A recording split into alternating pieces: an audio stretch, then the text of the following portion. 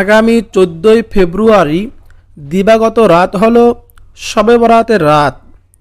এই শবে বরাতের রাত আমাদের মাঝে ধীরে ধীরে চলে আসছে।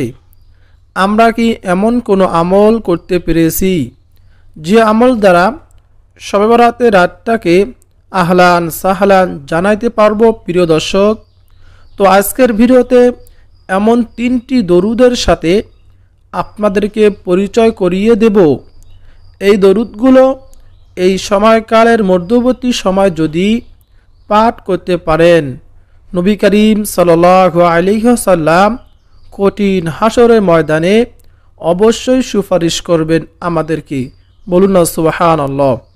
প্রিয় দর্শক, শবে বরাতের রাতে বেশি বেশি দরুদ শরীফ পাঠ করব। নবী করিম সাল্লাল্লাহু আলাইহি ওয়াসাল্লামের উপর দরুদ পাঠ করলে 9টি ফজিলত রয়েছে। নবী করিম সাল্লাল্লাহু আলাইহি ওয়াসাল্লামের সুপারিশ ছাড়া পরকালীন মুক্তি পাওয়া কঠিন। তাই আল্লাহ তাআলা বলেছেন, কেউ যদি আমাকে ভালোবাসতে চাও তাহলে সর্বপ্রথম আমার নবীকে ভালোবাসতে হবে। বলুন না সুবহানাল্লাহ। এই জন্য নবী করিম সাল্লাল্লাহু আলাইহি ওয়াসাল্লামের উপর দরুদ পাঠ করা ফজিলতের। আল্লাহ তাআলাকে পাওয়ার একমাত্র পথ হলো শেষ নবী মুহাম্মদ সাল্লাল্লাহু আলাইহি ওয়াসাল্লামের অনুসরণ ও অনুকরণ করা। তাই তার জন্য হৃদয়ের গভীরে মহাব্বত ও ভালোবাসা পোষণ করা। বলুন না সুবহানাল্লাহ। আল্লাহ তাআলা বলেন, নিশ্চয় আল্লাহ তাআলা নবীর উপর রহমত নাজিল করেন, ফেরেশতারা তার জন্য রহমতের দোয়া করেন। সুতরাং হে মুমিনগণ, তোমরাও তার প্রতি দরুদ পড়ো, অধিক পরিমাণে সালাম পাঠাও। সূরা আহজাব আয়াত 56। নবী করিম সাল্লাল্লাহু আলাইহি ওয়াসাল্লামের উপর দরুদ পাঠের ফজিলত অনেক অনেক বেশি। এর মধ্য থেকে 9টি ফজিলত পাওয়া যায়। এই 9টি ফজিলতের মধ্যে সর্বপ্রথম 1 নম্বর ফজিলত হলো দরুদ রহমত, মাগফিরাত ও মর্যাদাবান হওয়ার আমল। বলুন সুবহানাল্লাহ। হযরত আব্দুল্লাহ ইবনে আমর ইবনুল আস রাদিয়াল্লাহু তাআলা আনহু থেকে বর্ণিত, তিনি রাসূলুল্লাহ সাল্লাল্লাহু আলাইহি ওয়াসাল্লামকে বলতে শুনেছেন যে আমার উপর একবার দরুদ পড়বে, বিনিময় আল্লাহ তাআলা তার উপর 10টি রহমত নাজিল করবেন। বলুন সুবহানাল্লাহ। মুসলিম ও তিরমিজি শরীফের হাদিস। অন্য হাদিসে আছে, হযরত আনাস রাদিয়াল্লাহু তাআলা আনহু বলেন, রাসূল করিম সাল্লাল্লাহু আলাইহি ওয়াসাল্লাম বলেছেন যে আমার উপর একবার দরুদ পড়বে, আল্লাহ তাআলা তার উপর 10টি রহমত নাজিল করবেন, তার 10টি গুনাহ ক্ষমা করা হবে এবং 10টি দরজা বুলন্দ হবে। বলুন সুবহানাল্লাহ। 2 নম্বর ফজিলত হলো ফেরেশতারা মাগফিরাতের দোয়া করেন। বলুন সুবহানাল্লাহ। হযরত আমের ইবনে রবিয়াহ রাদিয়াল্লাহু তাআলা আনহু বলেন, আমি রাসূলুল্লাহ সাল্লাল্লাহু আলাইহি ওয়াসাল্লামকে খুতবার মধ্যে বলতে শুনেছি, আমার উপর দরুদ পাঠকারী যতক্ষণ দরুদ পড়ে ফেরেশতারা তার জন্য দোয়া করতে থাকে। সুতরাং বান্দার ইচ্ছা সে দরুদ বেশি পড়বে না কম। প্রিয় দর্শক শ্রোতা, আমরা যতক্ষণ দরুদ পড়তে থাকব অতক্ষণ ফেরেশতারা আমার জন্য আপনার জন্য দোয়া করতে থাকবেন, আর ফেরেশতার দোয়া আল্লাহ তাআলা কখনো ফেরত দিবেন না। বলুন না সুবহানাল্লাহ। 3 নম্বর ফজিলত হলো দরুদবিহীন দোয়া আসমান জমিনের মাঝে ঝুলান্ত থাকে। আমরা যদি দরুদ শরীফ পাঠ না করে দোয়া করি তাহলে সেই দোয়া আসমান জমিনের মাঝে ঝুলান্ত থাকে, আল্লাহ তাআলার কাছে পৌঁছায় না। হযরত উমর ইবনুল খাত্তাব রাদিয়াল্লাহু তাআলা আনহু বলেন, যে পর্যন্ত তুমি তোমার নবীর সাল্লাল্লাহু আলাইহি ওয়াসাল্লামের উপর দরুদ না পড়বে ততক্ষণ দোয়া আসমানে যাবে না। আসমান জমিনের মাঝে 4 নম্বর ফজিলত হলো দরুদ পাঠকারীর জন্য নবী করিম সাল্লাল্লাহু আলাইহি ওয়াসাল্লামের সুপারিশ অবধারিত। বলুন সুবহানাল্লাহ। কঠিন হাসরের ময়দানে কিয়ামতের দিন, যেদিন নবী করিম সাল্লাল্লাহু আলাইহি ওয়াসাল্লামের সুপারিশ ছাড়া কেউ জান্নাতে প্রবেশ করতে পারবে না, সেই কঠিন দিনে এই দরুদ পড়ার কারণে আল্লাহ রসুল সাল্লাল্লাহু আলাইহি ওয়াসাল্লাম আমাদেরকে সুপারিশ করবেন। হযরত রুয়াইফি ইবনে সাবিত আল আনসারী রাদিয়াল্লাহু তাআলা আনহু বলেন, আল্লাহ রসুল সাল্লাল্লাহু আলাইহি ওয়াসাল্লাম বলেন, যে ব্যক্তি এ দরুদ পাঠ করবে তার জন্য আমার সুপারিশ অবধারিত হয়ে যাবে। বলুন সুবহানাল্লাহ। কি সেই দরুদ? সেই দরুদের সঙ্গে আপনাদেরকে পরিচয় করিয়ে দেব, যে দরুদ বেশি বেশি পাঠ করলে আল্লাহ রসুল সাল্লাল্লাহু আলাইহি ওয়াসাল্লামের সুপারিশ অবধারিত হয়ে যাবে। বলুন সুবহানাল্লাহ। 5 নম্বর ফজিলত হলো কিয়ামতের দিন নবীজি সাল্লাল্লাহু আলাইহি ওয়াসাল্লামের সবচেয়ে নিকটবর্তী হবে। বলুন সুবহানাল্লাহ। হযরত আব্দুল্লাহ ইবনে মাসউদ রাদিয়াল্লাহু তাআলা আনহু থেকে বর্ণিত, আল্লাহ রসুল সাল্লাল্লাহু আলাইহি ওয়াসাল্লাম বলেছেন, কিয়ামতের দিন ওই ব্যক্তি আমার সবচেয়ে নিকটবর্তী হবে যে আমার উপর সবচেয়ে বেশি দরুদ পড়েছে। তিরমিজি শরীফের হাদিস। বলুন সুবহানাল্লাহ। 6 নম্বর ফজিলত হলো সব চাওয়া পাওয়া পূরণ হয়। বলুন সুবহানাল্লাহ। দরুদ শরীফ পাঠ করলে আমাদের সব চাওয়া পাওয়া আল্লাহ তাআলা পূরণ করে দেন।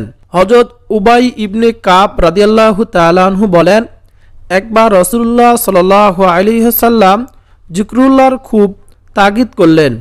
আমি আরজ করলাম, ইয়া রাসূলুল্লাহ, ইয়া হাবিবাল্লাহ, আমি আপনার প্রতি বেশি বেশি দরুদ পাঠ করে থাকি। আমি আমার দোয়া কত ভাগ আপনার জন্য নির্ধারণ করব? তিনি বললেন, তোমার যে পরিমাণ ইচ্ছা। আমি বললাম, 4 ভাগের 1 ভাগ। তিনি বললেন, তোমার যতটুকু ইচ্ছা, তবে বেশি করলে আরও ভালো। আমি বললাম, তাহলে অর্ধেক। তিনি বললেন, তোমার যতটুকু ইচ্ছা, তবে বেশি করলে আরও ভালো। আমি বললাম, তাহলে 3 ভাগের 2 ভাগ। তিনি বললেন, তোমার যতটুকু ইচ্ছা হয়, তবে বেশি করলে আরও ভালো।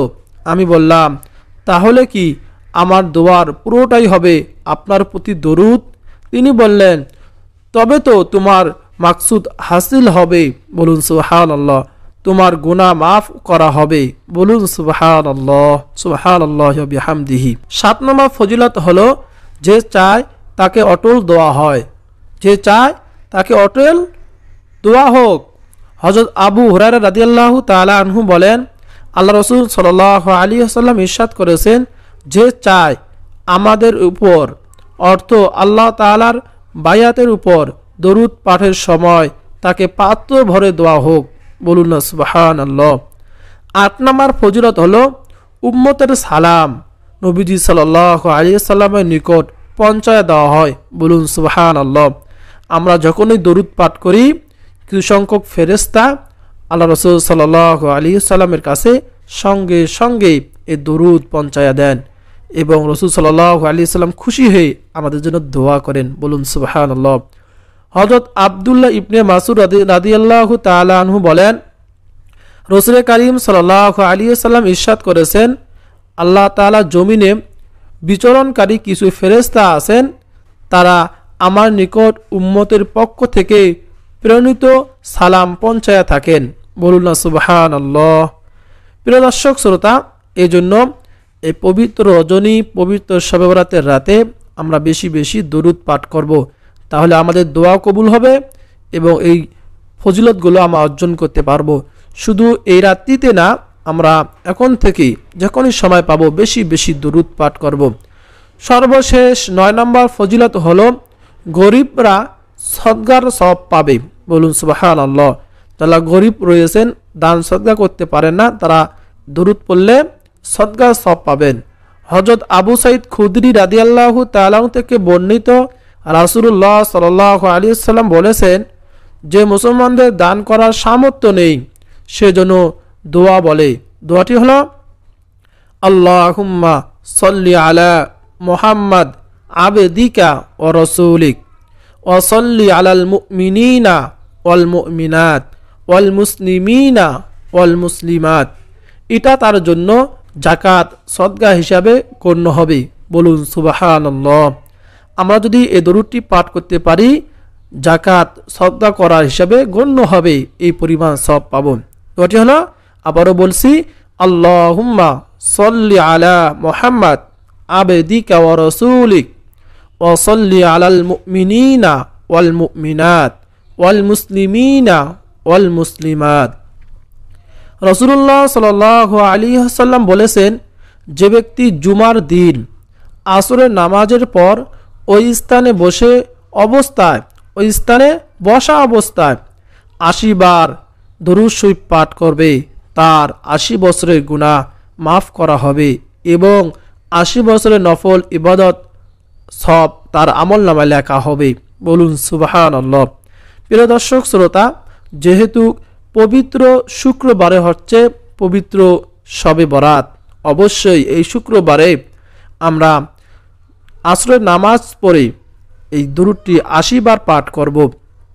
শুধু এই শুক্রবার না, আমরা নিয়ত করব প্রত্যেক শুক্রবার এই ছোট্ট দরুদের আমলটি করার জন্য। তাহলে ৮০ বছরের গুনাহ মাফ হবে, ৮০ বছরের নফল ইবাদতের সব আমাদের আমল লেখায় লেখা হবে। বলুন না সুবহানাল্লাহ। দরুদটি হলো আল্লাহুম্মা সাল্লি আলা মুহাম্মাদিন নাবিয়্যিল উম্মিয়্যি ওয়া আলা আলিহি ওয়া সাল্লিম তাসলিমা। আল্লাহুম্মা সাল্লি আলা মুহাম্মাদিন নাবিয়্যিল উম্মিয়্যি ওয়া আলা আলিহি ওয়া সাল্লিম তাসলিমা। প্রিয় দর্শক, এই ছোট্ট দরুদটি আপনারা দেখে দেখে হলেও আমল করবেন এবং এই পবিত্র শুক্রবারে শবে বরাতের রাত্রিতে আপনারা আসরের নামাজের পর এই দরুদটি পাঠ করবেন। শুক্রবার ছুটির দিন, আমরা সকলে ফ্রি থাকি, এজন্য এই গুরুত্বপূর্ণ দরুদটি আমরা প্রত্যেক শুক্রবার আমল করব ইনশাআল্লাহ। দরুদ শরীফের মধ্যে সর্বোত্তম দরুদ হলো দরুদে ইব্রাহিম, যা নামাজের শেষ বৈঠকে পড়া হয়। প্রিয় দর্শক শ্রোতা, দরুদ ইব্রাহিম হলো আল্লাহুম্মা সাল্লি আলা মুহাম্মাদ ওয়া আলা আলি মুহাম্মাদ কামা সাল্লাইতা আলা ইব্রাহিম ওয়া আলা আলি ইব্রাহিম ইন্নাকা হামিদুম মাজিদ। আল্লাহুম্মা বারিক আলা মুহাম্মাদিন ওয়া আলা আলি মুহাম্মাদ কামা বারাকতা আলা ইব্রাহিম ওয়া আলা আলি ইব্রাহিম ইন্নাকা হামিদুম মাজিদ। সর্বোত্তম দরুদ হলো এটা। এই দরুদটি যদি আমরা পাঠ করতে পারি বেশি বেশি, তাহলে কিয়ামতের দিন আল্লাহ রাসূল সাল্লাল্লাহু আলাইহি সাল্লাম আমাদেরকে সুপারিশ করবেন। বলুন সুবহানাল্লাহ। আর সবচেয়ে ছোট দরুদ হচ্ছে সাল্লাল্লাহু আলাইহি ওয়াসাল্লাম, সাল্লাল্লাহু আলাইহি ওয়াসাল্লাম। আমরা এই দরুদটি চলতে ফিরতে উঠতে বসতে পাঠ করতে পারি, সাল্লাল্লাহু আলাইহি ওয়াসাল্লাম, যা পাঠের মাধ্যমে সালাত ও সালাম পাঠের হুকুম আদায় হয়ে যায়। বলুন সুবহানাল্লাহ। প্রিয় দর্শক শ্রোতা, প্রতিদিন কতবার দরুদ শরীফ পাঠ করা আমাদের উচিত? একবার দরুদ পড়লে ন্যূনতম 10টি রহমত নাজিল হয়। যত বেশি পড়বেন ততই আপনার উপর রহমত বর্ষিত হবে। বলুন সুবহানাল্লাহ। দরুদ পড়ার জন্য সংখ্যার কোনো সীমা পরিসীমা নেই। আল্লাহ তাআলা অসীম দাতা, তার কাছ থেকে যত বেশি নিতে পারবো আমরা ততই সৌভাগ্যের অধিকারী হব ইনশাআল্লাহ। প্রিয় দর্শক শ্রোতা, যে 3টি দরুদের কথা বলেছিলাম তার মধ্যে একটি হলো আল্লাহুম্মা সাল্লি আলা মুহাম্মাদিন নাবিয়্যিল উম্মিয়্যি ওয়া আলা আলিহি ওয়া সাল্লিম তাসলিমা। আমরা শুক্রবার আসরের নামাজের পর এই দরুদটি 80 বার পাঠ করলে 80 বছরের গুনাহ মাফ হবে, 80 বছর নফল ইবাদতের সওয়াব পাবো। আর পবিত্র শবে বরাত যেহেতু পবিত্র শুক্রবারে, এজন্য অবশ্যই আমরা এই আমলটি করব। আর রাত্রিবেলাতে বেশি বেশি দরুদ শরীফ পাঠ করব, আল্লাহুম্মা সাল্লি আলা মুহাম্মাদ ওয়া আলা আলি মুহাম্মাদ, নামাজের মধ্যে যে দরুদটি পড়ে থাকি। যদি তাও পড়তে না পারি, কমপক্ষে সবচেয়ে ছোট দরুদ সাল্লাল্লাহু আলাইহি ওয়াসাল্লাম, সাল্লাল্লাহু আলাইহি ওয়াসাল্লাম, সাল্লাল্লাহু আলাইহি ওয়াসাল্লাম, এই দরুদ পাঠ করব। যত বেশি দরুদ পাঠ করবেন তত বেশি আপনার উপর রহমত বরকত নাজিল হতে থাকবে এবং অনেক ফজিলত রয়েছে, তার মধ্য থেকে এই 9টি ফজিলত অর্জন করতে পারবেন। প্রিয় দর্শক, কঠিন হাসরের ময়দানে কেউ কারো উপকারে আসবে না। আল্লাহ রাসূল সাল্লাল্লাহু আলাইহি সাল্লামের সুপারিশ ছাড়া আমরা কেউ জান্নাতে যাইতে পারবো না। এই জন্য আল্লাহ রসুল সাল্লাল্লাহু আলাইহি ওয়াসাল্লামের সুপারিশ পাওয়ার জন্য আমরা বেশি বেশি দরুদ শরীফের আমল করব। আল্লাহ তাআলা আমাদের সবাইকে এই শবে বরাতের রাত্রিতে বেশি বেশি দরুদ, নফল নামাজ, জিকির আজকার এবং বিভিন্ন ইবাদত বন্দেগী করার জন্য তৌফিক দান করুন, আমিন। প্রিয় দর্শক, এই ভিডিওটাকে লাইক দিয়ে কমেন্টে আপনিও আমিন লিখে দোয়াতে শরীক থাকবেন, কেননা কে জানে কার আমিন, কার দোয়া কখন কবুল হয়ে যায়। প্রিয় দর্শক, ভিডিওটি অবশ্যই লাইক দিবেন এবং চ্যানেলটি সাবস্ক্রাইব করে রাখবেন। প্রিয় দর্শক শ্রোতা, আপনাদের সকলের সুস্বাস্থ্য কামনা করে আজকের জন্য এখানেই বিদায় নিচ্ছি। আসসালামু আলাইকুম ওয়া রাহমাতুল্লাহি ওয়া বারাকাতুহু।